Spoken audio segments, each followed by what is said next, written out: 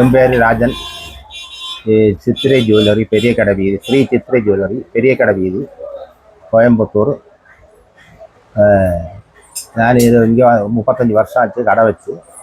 ஓரளவுக்கு வியாபாரம் எல்லாம் நடந்துட்டு இருந்தது. இப்போ 2 நாளாக பிரதமரோட அறிவிக்கை வந்ததுக்கப்புறம் கொஞ்சம் வியாபாரம் எல்லாம் கம்மியாகி போச்சு. வேலை செய்கிறவங்களுக்கெல்லாம் வேலை இல்லை, ரொம்ப பாதிக்குது போல் இருக்கு. அங்கே வேலை செய்கிறவங்களுக்கெல்லாம் பாதிக்குது. அவங்க எல்லாம் ரொம்ப கஷ்டத்தில் இருக்காங்க. என்ன நடக்கும்னு தெரியல. அவரோட அறிவிக்கை வந்ததுக்கப்புறம் வியாபாரமே கம்மியாகி போச்சு.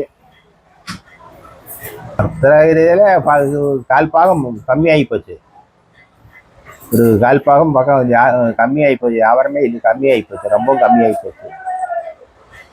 தங்க விலை கம்மியாக இல்லை, தங்க விலை கம்மியாகிறதுக்கெல்லாம் வாய்ப்பு இல்லை. ஆனால் டர்னோவரும் நின்று போயிருது. டர்னோவரும் இல்லை. தங்க தொழிலாளிகளுக்கு ஒரு 5 லட்சம் பேருக்கு மேலே பாதிக்கும். நிறைய பேருக்கு பாதிக்கும். அது ரொம்ப கஷ்டம்தான்.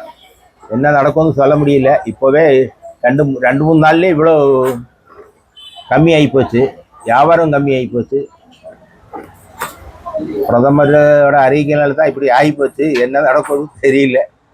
வேலை போகிறது என்ன நடக்குதுன்னு நடந்து தான் ஆகணும். இனி என்ன ஒன்றும் சொல்ல முடியாதுல்ல.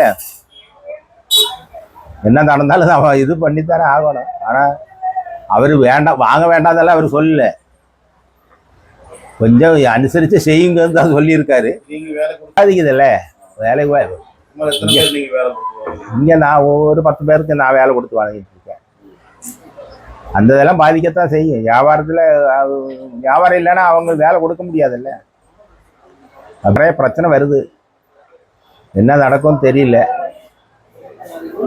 அது நிறைய வேலை செய்கிறவங்க ஒரு 5,000 10,000 பேருக்கு மேலே இருக்காங்க தொழில் பண்ணுறவங்க.